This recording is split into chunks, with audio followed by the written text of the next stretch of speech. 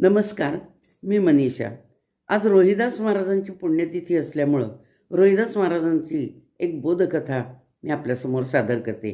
माझ्या चॅनलला सबस्क्राईब करा.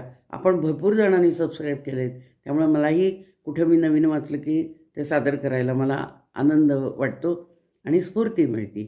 कॉमेंट्सही द्या. तर रोहिदास महाराज उत्तर भारतामध्ये असताना एक पंडित त्यांच्याकडे आले आणि त्यांनी चप्पल शिवायचं काम त्यांच्याकडनं करून घेतलं आणि त्यांना ते पैसे द्यायचे म्हणून एक नाणं त्यांच्यासमोर समोर केलं. रोहिदास महाराज म्हणाले, मला काही हे नाणं नको, माझ्या वतीनं हे गंगामातेला तुम्ही अर्पण करा. ते पंडित गंगामाते नदीवर गेले आणि त्यांनी ते नाणं टाकायला म्हणून असा हात पुढं केला. तेवढ्यात पाण्यातून एक हात वर आला, त्यातून एक कंकण आलं ते आणि ते त्यांनी त्या पंडितांना दिलं. ते पंडित म्हणाले, आता हे कंकण घेऊन मी काय करणार? बरं, रोहिदास महाराजांना मी पैसे देत होतो, त्यांनी काही ते घेतले नाहीत, म्हणजे तिथला प्रश्न सुटलेला आहे.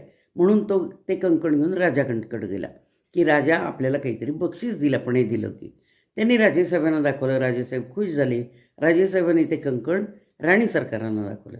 राणी सरकारही खुश झाल्या आणि म्हणाल्या, मला असंच एक आता दुसरं कंकण पाहिजे, एक कसं मी घेणार? आता आली का पंचायती पंडितांना? मग पंडित म्हणाले, आता काय करायचं? आता म्हणाले, जिथून मिळालं आहे तिथंच परत गेलेलं बरं.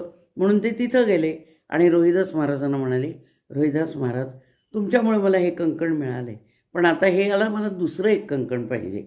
तर आता काय करायचं बरं? रोहिदास महाराज म्हणाले, ठीक आहे, मी त्याच्यासाठी गंगामातेला प्रार्थना करतो आणि तुम्हाला तसंच कंकण देण्याची व्यवस्था करतो. असं म्हणून त्यांच्याकडे एक लाकडाचं असं ते चांबडं बुडवायचं एक भांडं होतं.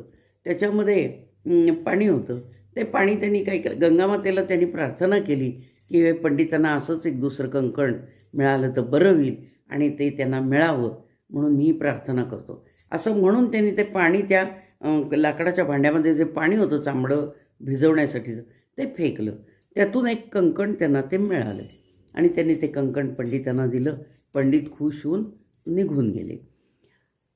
तर ते भांडं जे होतं ते लाकडाचं होतं, ते काष्टाचं भांडं होतं. मग उत्तर भारतामध्ये त्याला काष्ट म्हणतात, म्हणून त्याला कटवती म्हणतात. तर त्याच्यावरून ती म्हण पडलेली असणार की की मन चंगा तो कटवती में गंगा. कारण त्यांनी ते पाणी फेकलं गंगामातेला प्रार्थना करून आणि पंडितांना ते कंकण मिळवून दिलं. तर म्हणून हे असं म्हणतात की मन चंगा तो कटवती में गंगा.